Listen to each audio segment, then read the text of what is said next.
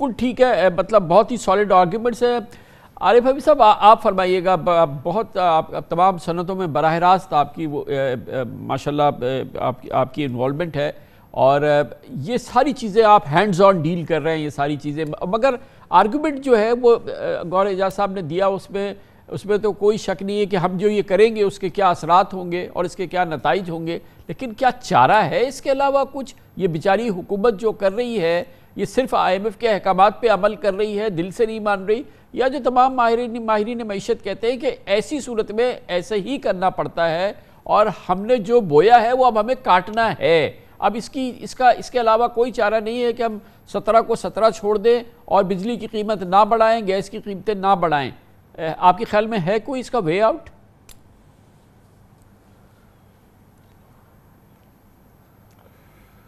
یہ آپ نے صحیح کہا کہ گوہر بھائی کے جو آرگومنٹس ہیں وہ سالڈ آرگومنٹ ہے، اور اگر ہم اس کو فردر انالائز کریں کامران بھائی تو دیکھیں کہ ہمارے ہاں جو ہے وہ انفلیشن کون سے آئٹمز لاتے ہیں۔ کیا یہ electricity prices, gas prices, oil prices, food items, اس سے یہ میجر کنٹریبیوٹرز ہیں انفلیشن کے، اور وہ کیا انٹرسٹ ریٹ ہائی ہونے کی وجہ سے ان کی جو ہے وہ قیمتیں کوئی گرنے کا کوئی چانس ہے؟ بالکل نہیں ہے چانس۔ اور دوسری چیزیں بھی جو ہے جو مطلب کنٹریبیوٹ کر رہی ہوتی ہیں اس میں ایسی، سوائے اس کے یہ ایک آرگومنٹ کہ بھائی جو ڈالر کا انویسٹر ہے وہ یہ دیکھے گا کہ اگر مجھے روپی پہ جو ہے وہ ریٹرن زیادہ مل رہا ہے تو میں ڈالر میں اگر رکھوں گا تو میں یہ interest rate, high interest rate کو جو ہے وہ گیو اپ کر رہا ہوں۔ لیکن پاکستان یہ اکنومی نہیں ہے کہ جہاں اوپنلی آپ جو ہے وہ ڈالرز میں انویسٹمنٹ کر سکتے ہیں کہ آپ کے پاس روپیہ ہے اور آپ فوراً لیگلی جو ہے اس کو، اللیگل جو ہے وہ مارکیٹ میں آپ کر سکتے ہیں کیا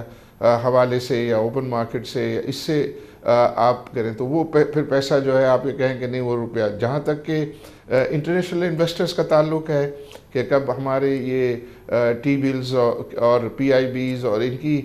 فورن انویسٹرز نے کچھ عرصے میں جو ہے وہ انویسٹمنٹ کی تھی کہ اتنے سارے ریٹرنز ہیں، تو کچھ تھوڑے سے جو ہے وہ ڈالرز آئے تھے جو فوراً ہی واپس چلے گئے تھے۔ تو جب اگر ہم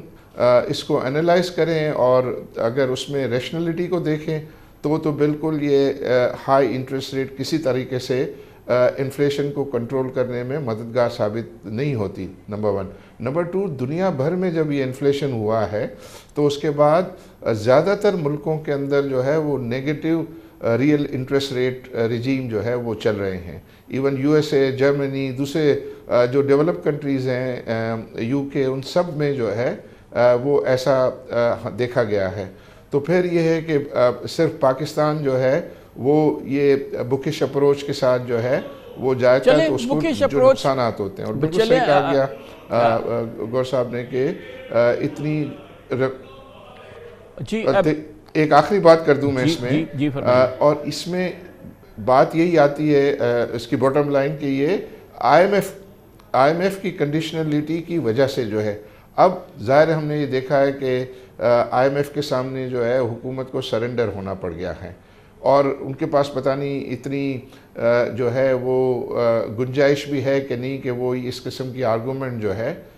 وہ ان سے کر سکیں۔ اگر یہ انٹرسٹ ریٹ جو ہے وہ بڑھانے کا کوئی پلان ہے، اور وہ یہی صاف نظر آتا ہے کہ وہ اگر چیز ہوگی تو وہ IMF کے جو ہے پریشر کی وجہ سے ہوگی۔ حالانکہ گورنر اسٹیٹ بینک نے یہ کہا ہے کہ نہیں، ہماری پالیسی جو ہے اس کا